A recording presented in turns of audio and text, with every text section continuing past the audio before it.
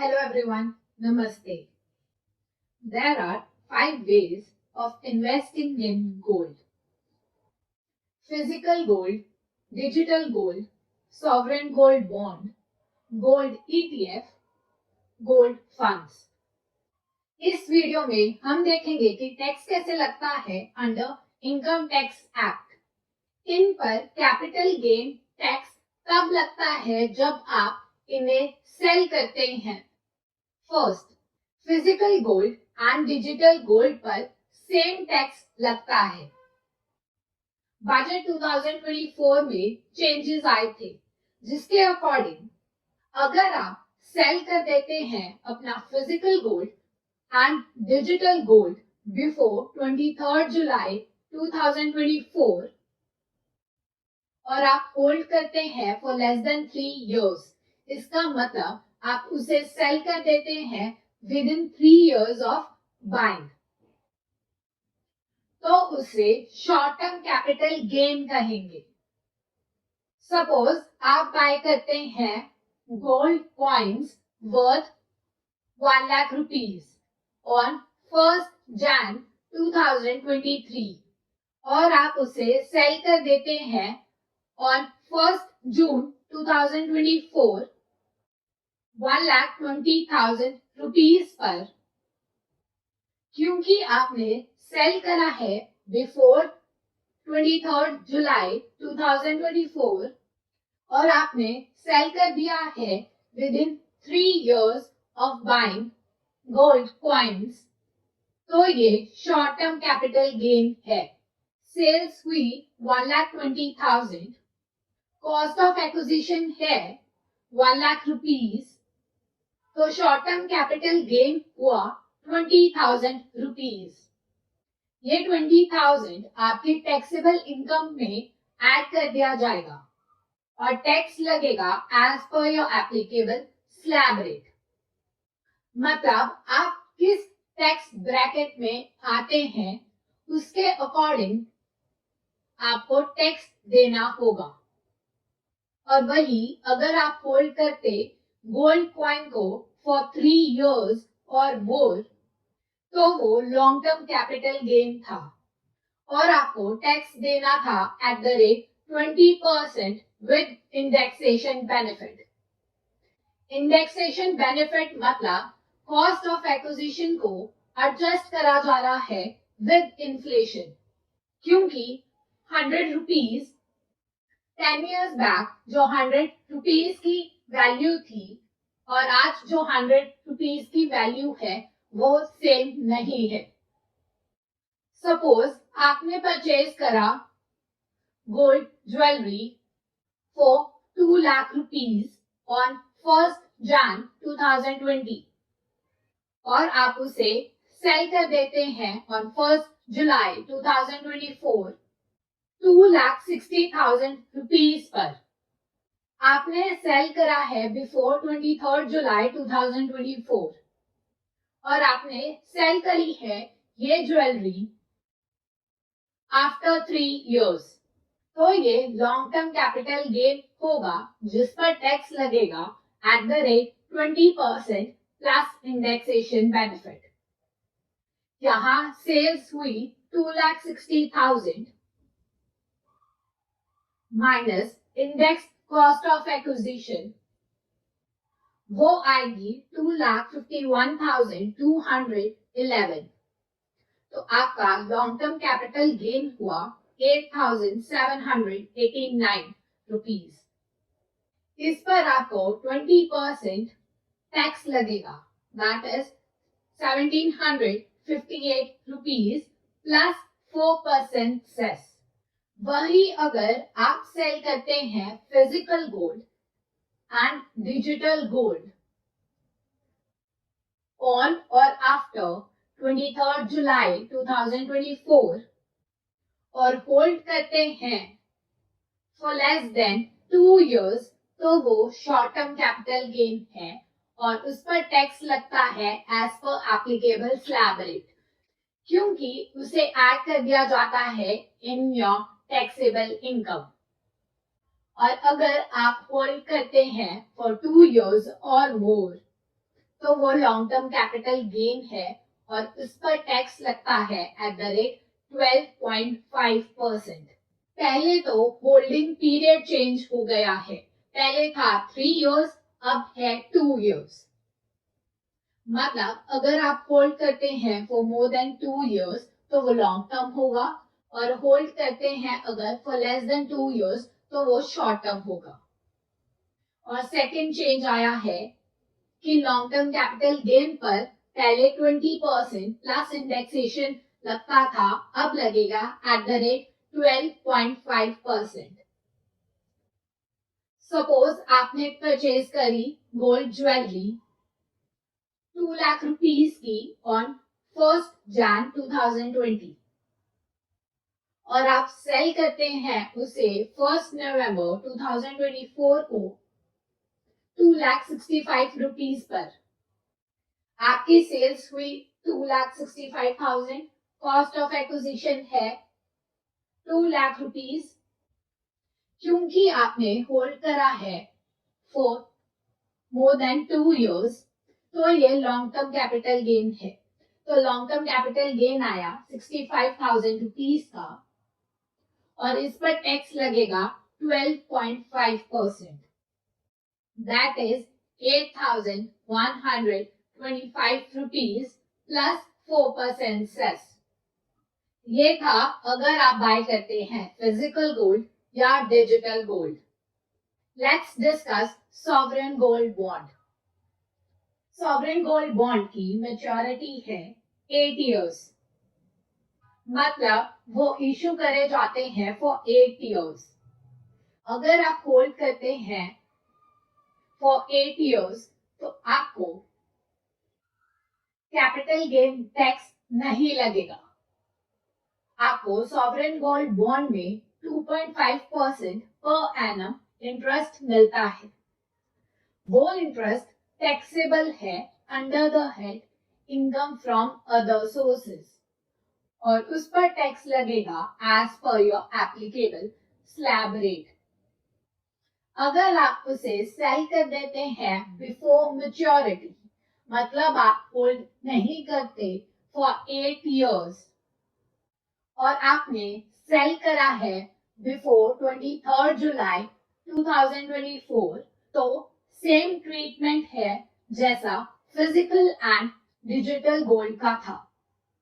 वही अगर आप सेल करते हैं ऑन और आफ्टर 23 जुलाई 2024 और आप उसे होल्ड करते हैं फॉर लेस देन 12 मंथ्स तो वो शॉर्ट टर्म कैपिटल गेन है और टैक्सेबल इनकम का पार्ट बनेगा और टैक्स लगेगा as per applicable slab rate.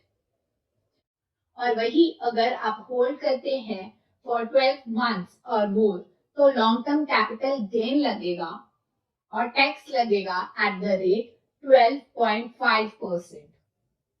वही digital gold and physical gold पर जैसे लगता था वैसे ही है, बट यहाँ होल्डिंग पीरियड 12 मंथ्स है, वहां था 24 मंथ्स। क्या फर्क पड़ता है 12 मंथ्स एंड 24 मंथ्स से? होल्डिंग पीरियड 24 मंथ्स है या 12 मंथ्स है, इससे क्या फर्क पड़ता है?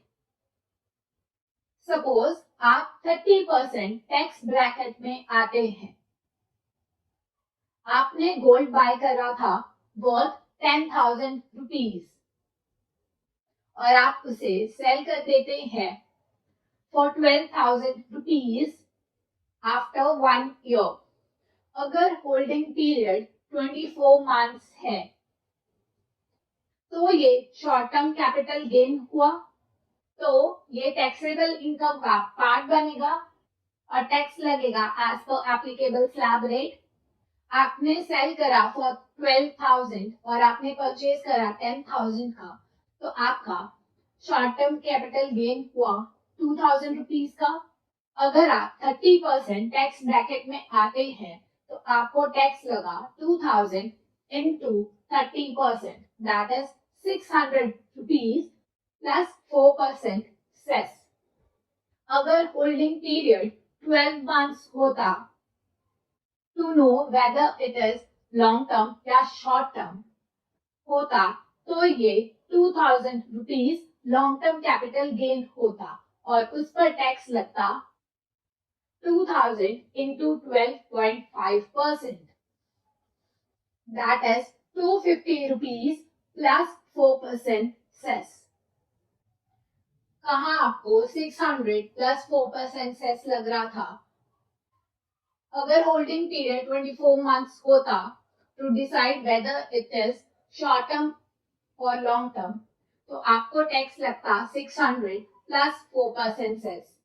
अगर holding period is 1 year to decide whether it is long term or short term, तो आपको टैक्स देना पड़ा 250 plus 4% cess. इसका मतलब holding period of 1 year to decide whether it is long term or short term का फायदा तब है over holding period of 12 months. अगर आप सेल करेंगे उसे बिफोर 2 years, अगर उसे आप सेल करेंगे बिफोर 24 months, अदरवाइज कोई फर्क नहीं है. Let's discuss now gold ETFs, मतलब gold exchange traded fund.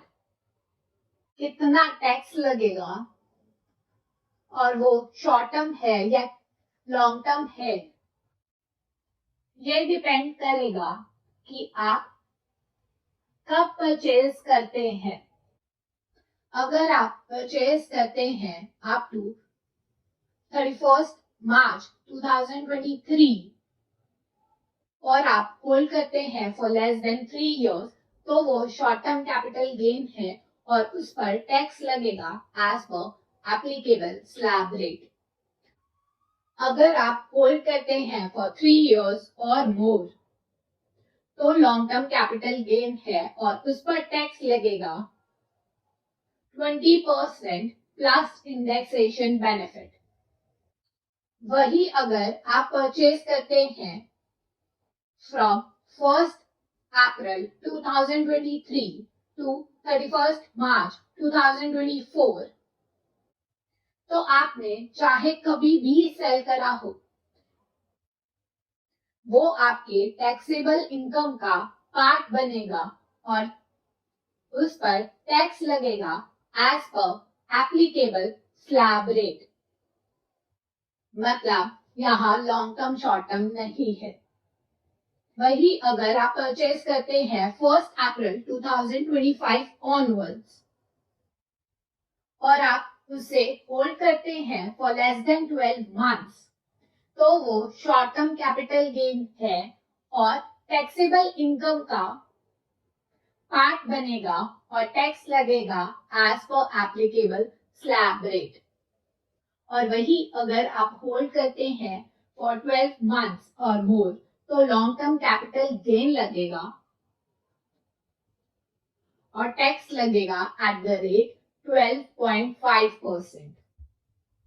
Gold mutual funds का सेम ट्रीटमेंट है, एक्सेप्ट अगर आप उसे परचेज करते हैं 1st April 2025 ऑनवर्ड्स और अगर आप होल्ड करते हैं फॉर लेस देन 2 years, तो वो शॉर्ट टर्म कैपिटल गेन है. वही अगर आप होल्ड करते हैं फॉर 2 years और मोर, तो वो लॉन्ग टर्म कैपिटल गेन है. हम ऑलरेडी डिस्कस कर चुके हैं कि अगर होल्डिंग पीरियड 24 months है या होल्डिंग पीरियड 12 months है to decide whether it is long term या शॉर्ट टर्म, उससे क्या फर्क पड़ता है. The best way to invest in gold is sovereign gold bond, मतलब SGBs.